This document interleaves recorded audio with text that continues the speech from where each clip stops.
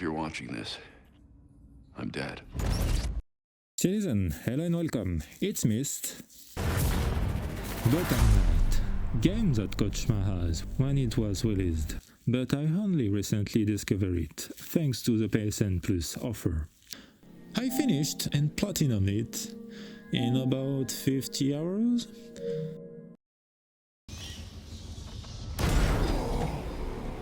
The game opens with Batman being attacked in the Batcave by a mysterious assassin. An assassin well known to comic fans. The leader of the League of Shadows. Risho Ghoul, you allowed this blasphemy. The Bat and the Jackal face each other in a rather well choreographed fight, I must say.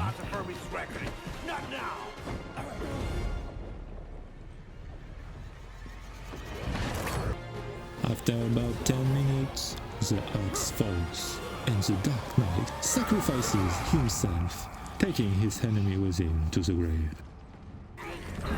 Yes, Batman is dead, leaving the Bat family orphaned. This is how this Gotham Knight was sold to us. A game within Batman where you can play as Nightwing, Robin, Red Hood, and Batgirl. Psychics! Will they live up to their mentor, just like the game does to its predecessors? I'm referring, of course, to the Arkham series. That's what we are going to find out. Police commissioner presiding at Bat funeral. After selecting the hero you want to embody, personally I chose Batgirl. Don't ask me why. Are the fumes getting to you, buddy? Not that you can change heroes at any time during the adventure. You don't have to finish the game to try another character, which is a good thing. So, after a tutorial-like section, we hop on your bike and off we go.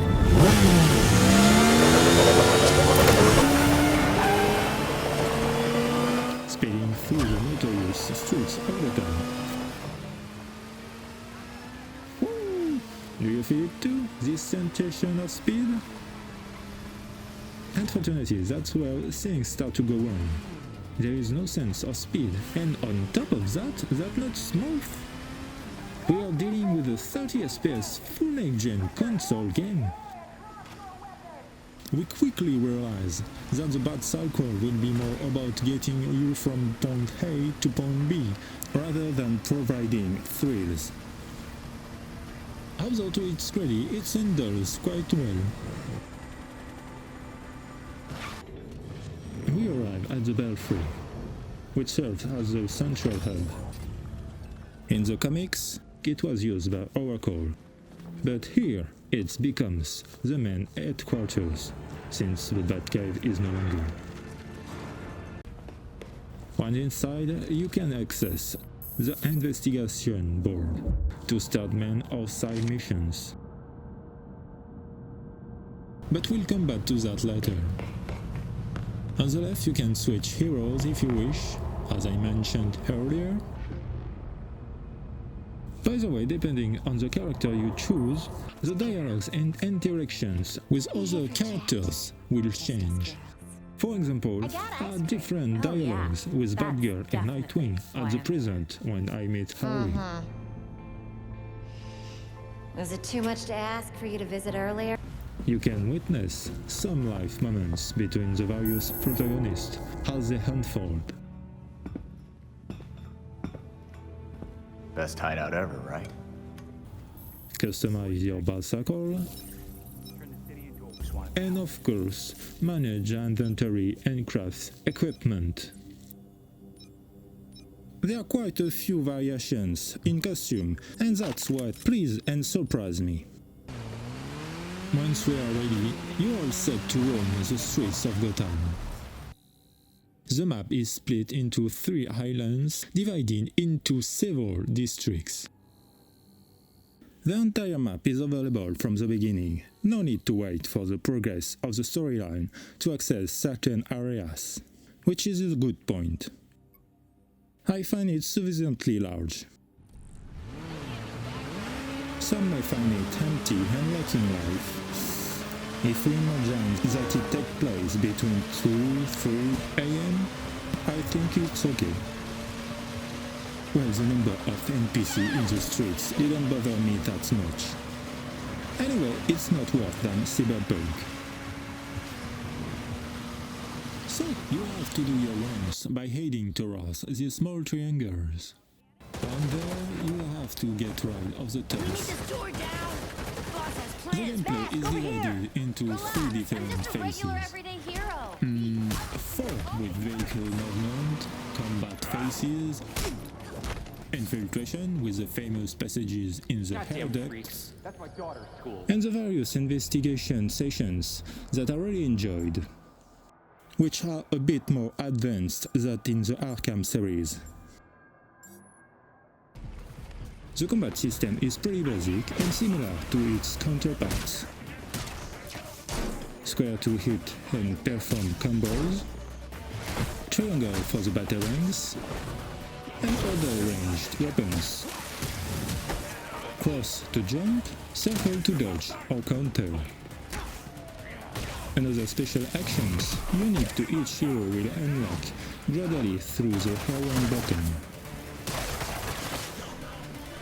The right trigger is used to grab your enemies, and you will need to integrate one of them in order to collect enough icons to increase your cruise gauge. Once that's done, you will have to return to the Belfry. And during your next patrol, red icons will appear on the map. These are sort of like side missions such as robberies, kidnappings, bomb alerts, etc. Regarding the main missions, they are represented by a yellow icon. The orange icons on the other hands represent a side quest of the different bosses in the game, which ironically are optional. Among them we find Harley Quinn, Mr. Freeze, and others. The confrontations are good overall. My storm engine. For me, the mission system is a negative point, because it gives a disjointed aspect to the game. There isn't really a narrative. The game clearly doesn't hold your hand. I even find myself wondering sometimes what I should do or where I should go. To navigate the map, you have various meanings, such as the back circle, as we saw previously. You can use the grappling hook to move from roof to roof. Each character also has their own unique abilities, like Nightwing's flying trapeze, Batgirl's cape for gliding, Red Hood's mystical leap, and Robin's slideways. As you progress in the adventure, you unlocked the fast travel option with the fast bat. The atmosphere in the city is quite well done, especially during certain events.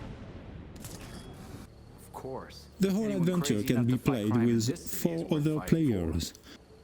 Thanks. Unfortunately, I've only been joined by another player twice in total.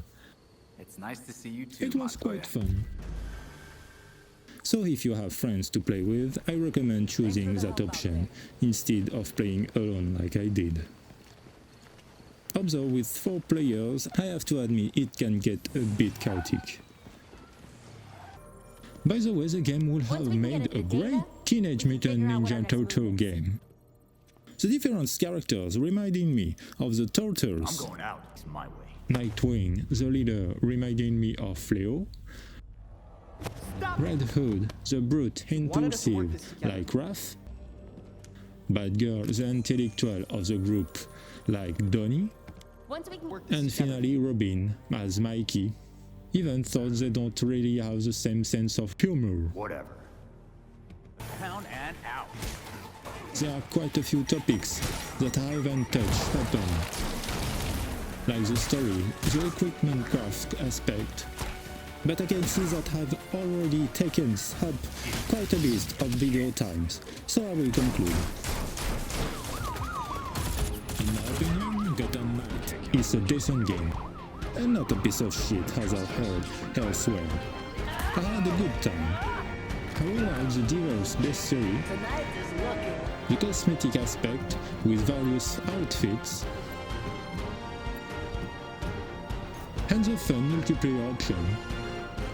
The combat system is pretty good. As for what I didn't like, I should mention the technical aspect.